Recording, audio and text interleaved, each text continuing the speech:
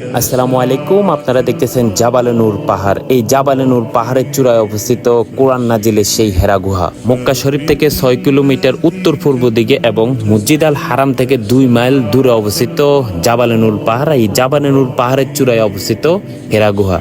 আপনারা এখন যে জায়গাটা দেখতেছেন এই জায়গা দিয়ে একজন একজন করে পার হতে হয়। 2 জন মানুষ এই জায়গা দিয়ে একসাথে পার হওয়া যায় না। এই হেরা গুহায় যেতে হলে আপনাকে মাটি থেকে প্রায় 890 ফিট জাবালে নূর পাহাড় বেয়ে উঠতে হবে এবং উপরে চূড়ায় উঠে পাহাড়ের বিপরীত পাশে আরো 100 ফিট নিচে নামতে হবে।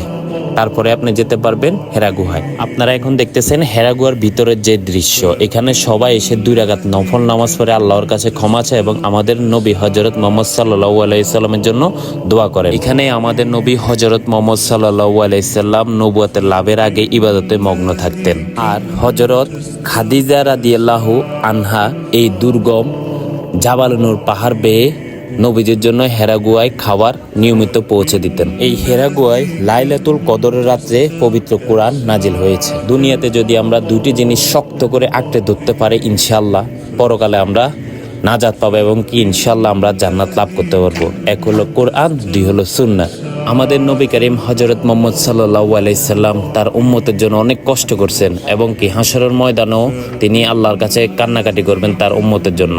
আমরা চেষ্টা করব নবীর সুন্নত অনুযায়ী জীবনযাপন করার জন্য এবং প্রতিদিন একটু হলে কোরআন তেলাওয়াত করার জন্য। আপনারা প্রতিদিন একটু পড়ার চেষ্টা করবেন আল্লাহুম্মা সাল্লি ওয়া সাল্লিম আলা নাবিয়িনা মুহাম্মদ।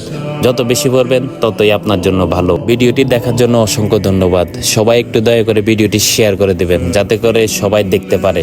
সবাই ভালো থাকবেন। আসসালামু আলাইকুম ওয়া রাহমাতুল্লাহি ওয়া বারাকাতুহু।